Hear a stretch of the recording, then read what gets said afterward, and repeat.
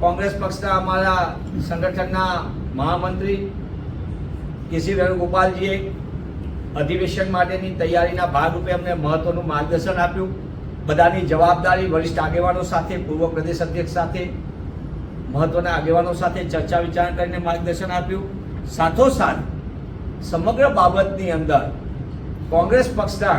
જુદા જુદા આટલું મોટું વિશાળ અધિવેશન જ્યારે થઈ ગયું રાષ્ટ્રીય અધિવેશન, ત્યારે એની જવાબદારીની પણ સોંપણી વહેંચવી, એટલે જવાબદારી કામની વહેંચવી, એ તમામ બાબતો માટે પણ તેમને મહત્વનું માર્ગદર્શન આપ્યું છે. કોંગ્રેસ પક્ષની તાકાતની, સંગઠનની આટલા વર્ષોથી સત્તા ન હોવા છતાં કોંગ્રેસનો મહત્વનો જે રીતે કોંગ્રેસનો કાર્યકર વિચારધારા સાથે લડી રહ્યો છે, તેને પણ અમને આવકાર માટે અભિનંદન આપ્યા છે. અને આગામી દિવસોની અંદર તમામે સાથે મળીને એક લાંબા સમયની લડાઈ, એટલે કે સમગ્ર રાજ્યની અંદર 14મી એપ્રિલના રોજ બાબા સાહેબની જન્મજયંતિ છે. 14મી એપ્રિલથી કોંગ્રેસ પક્ષ સમગ્ર રાજ્યની અંદર સંવિધાન બચાવો યાત્રા શરૂ કરવા જઈ રહી છે કોંગ્રેસ પક્ષ, અને એની પણ એક આખો વિસ્તૃત કાર્યક્રમ તમને અલગથી આપવામાં આવશે. એટલે આજના દિવસની મહત્વની બે બાબતો, એક તો 7મી અને 8મી માર્ચે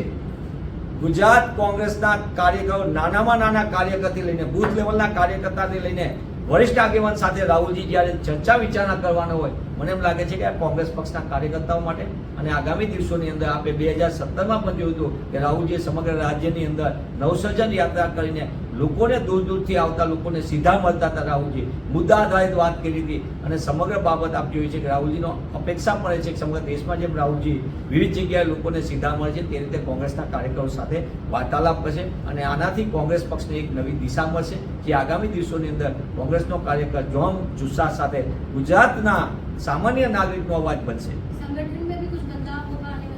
મને એમ લાગે છે કે આ સંગઠનને બદલાવની કોઈ પણ વાત હોય, મૂલ્યાંકનની વાત હોય, એ સતત ચાલતી પ્રક્રિયા છે. પણ સાથે સાથે અત્યારે અમારું સંપૂર્ણ ધ્યાન રાષ્ટ્રીય અધિવેશનની તૈયારી માટેનું છે. અને રાહુલજી જ્યારે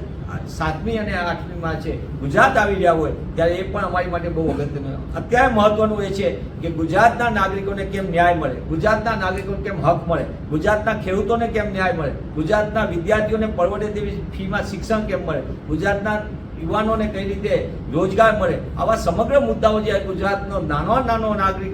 પરેશાની વેઠતો હોય, મહિલાઓ મોંઘવારીથી પરેશાન હોય, ત્યારે આ સમગ્ર બાબતને લઈને ગુજરાત અને ગુજરાતીઓના હક અને અધિકાર માટે અમને